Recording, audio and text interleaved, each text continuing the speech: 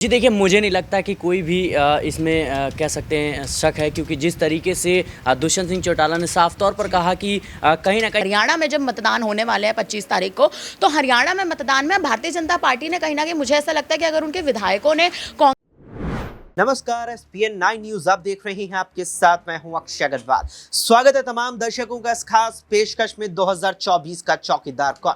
2024 के इनाम चुनावों में अब की बार 400 पार का नारा लेकर भारतीय जनता पार्टी अपने तमाम सहयोगी दलों के साथ निकली तो जरूर है, लेकिन जिस तरीके से हाल फिलहाल में कई राज्यों में सहयोगी दलों के साथ वाद विवाद बढ़ा, उसी तरीके से हरियाणा में एक बार फिर से अब सियासी उथल पुथल देखने को मिल रहा है। जिस अंदाज में पार्टी ने बड़ा फैसला मार्च में लेते हुए मनोहर लाल खट्टर को मुख्यमंत्री पद से हटाते हुए नायब सिंह सैनी को सूबे की कमान सौंप दी थी, उस वक्त लगा था कि बीजेपी उस सियासी उथल पुथल को शांत करने में कामयाब रही। लेकिन अचानक से फिर खबर आती है मंगलवार को कि एक बार फिर बड़ा भूचाल आता है। क्या ये आता है कि 90 विधानसभा सीटों वाले हरियाणा में जिस तरीके से वर्तमान में बीजेपी के पास 40 विधायक हैं, जिसमें 3 निर्दलीय विधायक उनका साथ छोड़ देते हैं और सरकार लगभग अल्पमत में आ जाती है। और उसके बाद दुष्यंत चौटाला, पूर्व उप मुख्यमंत्री और जेजेपी प्रमुख, साफ तौर पर इस बात का जिक्र करते हैं कि हम पीछे से अब सहयोग देने को तैयार हैं कांग्रेस को। अगर सियासी गणित समझा जाए तो इस प्रकार समझ में आता है कि 90 विधानसभा सीटों वाले हरियाणा के इसमें फिलहाल वर्तमान में 40 विधायक भारतीय जनता पार्टी के हैं, 30 विधायक कांग्रेस के हैं, 10 विधायक जेजेपी के हैं, 6 निर्दलीय विधायक है। 2 अन्य निर्दलीय विधायकों ने पहले अपना इस्तीफा सौंप दिया था और 2 अन्य निर्दलीय विधायक यहां और है, जिसमें से 6 निर्दलीय विधायक भारतीय जनता पार्टी के समर्थन में थे और 40 पार्टी के खुद के थे। यानी कुल मिलाकर के 46 विधायकों के साथ सरकार अपनी यहां बचाए रख पाने में कामयाब हो गई थी भारतीय जनता पार्टी जेजेपी से गठबंधन टूटने के बाद। लेकिन जिस तरीके से अब 3 निर्दलीय विधायकों ने अपना समर्थन इधर हटा करके कांग्रेस को दे दिया है, उसके बाद अब अल्पमत में आ गई है नायब सिंह सैनी की सरकार। दूसरी ओर यहां दुष्यंत चौटाला साफ तौर पर कह चुके हैं कि वो अब कांग्रेस को समर्थन देने को तैयार हैं। ऐसे में तमाम यहां सवाल हैं जो हरियाणा के सियासी संग्राम पर उठ रहे हैं और न्यूज रूम में इस वक्त मेरी मौजूदगी है और तमाम यहां सहयोगी भी हैं साथ में, और सबसे जानने की यहां कोशिश करेंगे तमाम सवालों के जवाब। सिराज सबसे पहले हमारे साथ है। सिराज, देखने को मिला था बड़ा फैसला मार्च में लिया था हरियाणा को लेकर के बीजेपी ने, और उस वक्त जब नायब सिंह सैनी को मुख्यमंत्री बनाया गया, यहां लग रहा था कि जो सियासी उथल पुथल प्रदेश में देखने को मिला, भाजपा ने उसे शांत कर दिया है। लेकिन अचानक से 3 निर्दलीय विधायकों ने अपना समर्थन वापस लिया और उसके बाद दुष्यंत चौटाला कहते हैं कि मैं कांग्रेस का समर्थन करूंगा। 3 निर्दलीय विधायक नजर आते हैं दीपेंद्र सिंह हुड्डा के साथ कांग्रेस की ओर। क्या यहां विधानसभा चुनाव जो साल के आखिर में प्रदेश की 90 सीटों पर होने हैं, उससे पहले ही मौजूदा विधानसभा में बीजेपी की सरकार गिर रही है? जी देखिए, मुझे नहीं लगता कि कोई भी इसमें कह सकते हैं शक है, क्योंकि जिस तरीके से दुष्यंत सिंह चौटाला ने साफ तौर पर कहा कि कहीं ना कहीं हम सहमति देने के लिए तैयार हैं। और कांग्रेस यहाँ पे देखिए, कांग्रेस का एक अहम रोल हो जाता है। जिस तरीके से अगर यहाँ पे कांग्रेस की सरकार होती और वो अल्पमत में आती, तो बीजेपी इसको बड़ा मुद्दा बनाती और अभी तक जो है काफ़ी मुद्दों को उठाती और कहीं ना कहीं दबाव डालती। लेकिन अभी देखिए, कांग्रेस पूरी तरीके से सुस्त नजर आ रही है और जिस तरीके से दुष्यंत चौटाला ने साफ तौर पर कहा कि हम कहीं ना कहीं समर्थन करेंगे, ये अपने आप में जो है एक बड़ी बात है।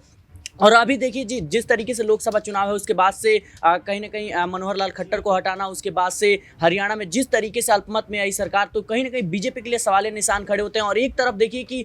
जो जाट वोट बैंक है और कहीं ना कहीं जो महिला पहलवानों ने जिस तरीके से आरोप लगाया, उसके बाद किसान आंदोलन हुआ, इन तमाम मुद्दों को अगर देखें तो अभी जो हरियाणा की स्थिति है वो बीजेपी के बिल्कुल अनुरूप है और तमाम जो मुश्किलें हैं वो हरियाणा में बीजेपी के लिए खड़ी होती हुई नजर आ रही हैं। तो मुझे लगता है कि शायद यहाँ पे सरकार गिरने की स्थिति में है। लेकिन मैं पहले ही बता दूं कि जो जेजेपी के 10 विधायक वो कहीं ना कहीं 5 से 6 विधायक जो है बीजेपी के संपर्क में है और बीजेपी इस काम में बिल्कुल भी कह सकते हैं राय नहीं बरतती और तमाम जो हथकंडे हैं वो अपनाती हुई नजर आती है। हम तमाम चीज़ों में देखा, हमने बिहार में, महाराष्ट्र में देखा, हमने मध्य प्रदेश में देखा। तो कहीं ना कहीं मुझे लगता है कि सरकार गिराना कांग्रेस के लिए, जेजेपी के लिए अभी मुश्किल है। लेकिन जिस तरीके से उनके विधायक अभी बीजेपी के संपर्क में है,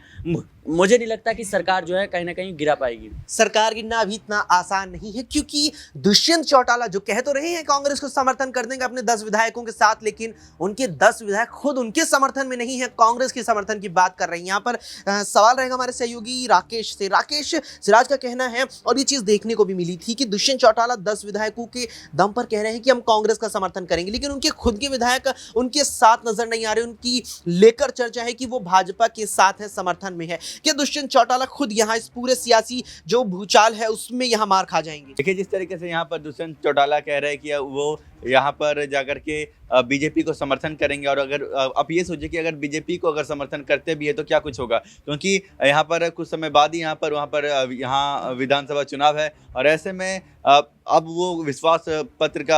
मत का कोई मतलब नहीं रह जाता। तो ऐसे में कि कोई भी उनकी तरफ से टिप्पणी कोई बड़ी बात नहीं, इस तरह की कोई टिप्पणी पर इतना महत्व रखते नजर नहीं आ रही हैं। लेकिन अभी मतदान बाकी है। हरियाणा में 25 मई को छठे चरण में प्रदेश की 10 की 10 लोकसभा सीटों पर मतदान होना है। ऐसे में कई मुद्दे रही हैं जिनके चलते बीजेपी हरियाणा में बैकफुट पर आई है। सवाल उनको लेकर हमारी सहयोगी से रहेगा कि जिस तरीके से देखने को मिला था किसान आंदोलन, पुरजोर विरोध किसानों ने हरियाणा में भी किया। देखने को मिला था ब्रजभूषण शरण सिंह पर महिला पहलवानों के द्वारा लगाए गए आरोपों के चलते ब्रजभूषण का विरोध देखने को मिला था यहाँ हरियाणा में भी। ऐसे में जिस तरीके से अब बीजेपी ने एक प्लान के तहत उनके बेटे करण भूषण सिंह को 2 चरणों में जो मतदान गुजरे पश्चिम उत्तर प्रदेश से, उस पश्चिम उत्तर प्रदेश में जहां ब्रजभूषण का विरोध हुआ था, लेकिन हरियाणा बाकी है, क्या उसका असर और किसान आंदोलन का असर अब 25 मई को 10 सीटों पर मतदान के दौरान हरियाणा में दिखने वाला है? देखिए, कहीं ना कहीं जिस तरह से ब्रजभूषण शरण सिंह की या कहें कि भारतीय जनता पार्टी की वो रणनीति थी करण भूषण सिंह को चुनावी मैदान में उतारने की, अब वहां तो भारतीय जनता पार्टी को एक तरह से आप देखें तो मुझे नहीं लगता कि उस पूरे मामले में कहीं ना कहीं नुकसान झेलना पड़ेगा। लेकिन अब हरियाणा में जब मतदान होने वाले हैं 25 तारीख को,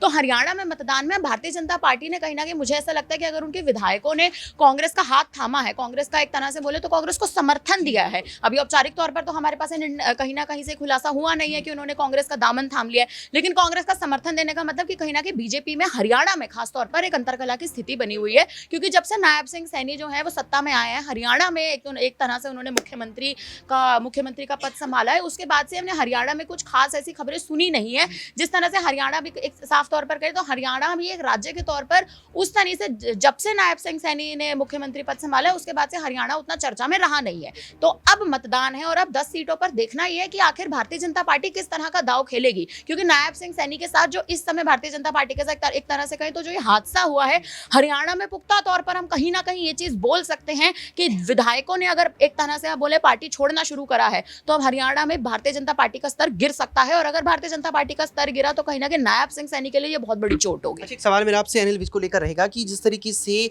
नायब सिंह सैनी को मुख्यमंत्री बनाया गया था, उस दौरान अनिल विज की नाराजगी देखने को मिली थी। अब जिस तरीके से 3 निर्दलीय विधायकों ने साथ छोड़ दिया है बीजेपी का, क्या अनिल विज यहाँ बगावती सुर अख्तियार कर सकते हैं? देखिए, कहीं ना कहीं बगावती सुर, मुझे ऐसा लगता है कि अगर कोई भी किसी भी मुख्यमंत्री के लिए जब कोई भी नेता मुख्यमंत्री पद पे बैठता है, मुख्यमंत्री की गद्दी संभालता है, तो तमाम नेता ऐसे होते हैं जो बगावती सुर लेते हैं, कहीं ना कहीं विरोध में जाते हैं। तो अनिल विज का अब किस तरह से, एक तरह से आप समझे तो उनका समर्थन बदलेगा, या किस तरह से वो नायब सिंह सैनी को फिर से वो डूबती नैया में उनको एक खदेड़ने की कोशिश करेंगे, ये समीकरण बदलेगा हरियाणा का। और अगर हरियाणा का समीकरण इस तरह से बदलता है तो आप समझे कि नायब सिंह सैनी के लिए अब मुख्यमंत्री की गद्दी पर लंबे समय तक टिकना उनके लिए एक मुश्किलों का एक घड़ी बन जाएगी कि वो किस तरह से अब अपना पूरा एक समय यहाँ पर गुजारेंगे। पूरा समय, यानी कि हरियाणा की मौजूदा विधानसभा का जो कार्यकाल लगभग 5 से 6 महीने का शेष है, उसे नायब सिंह सैनी पूरा कर पाएंगे या नहीं, ये बड़ा सवाल उठ रहा है। क्योंकि भारतीय जनता पार्टी ने मुख्यमंत्री की कुर्सी तो सौंप दी थी, लेकिन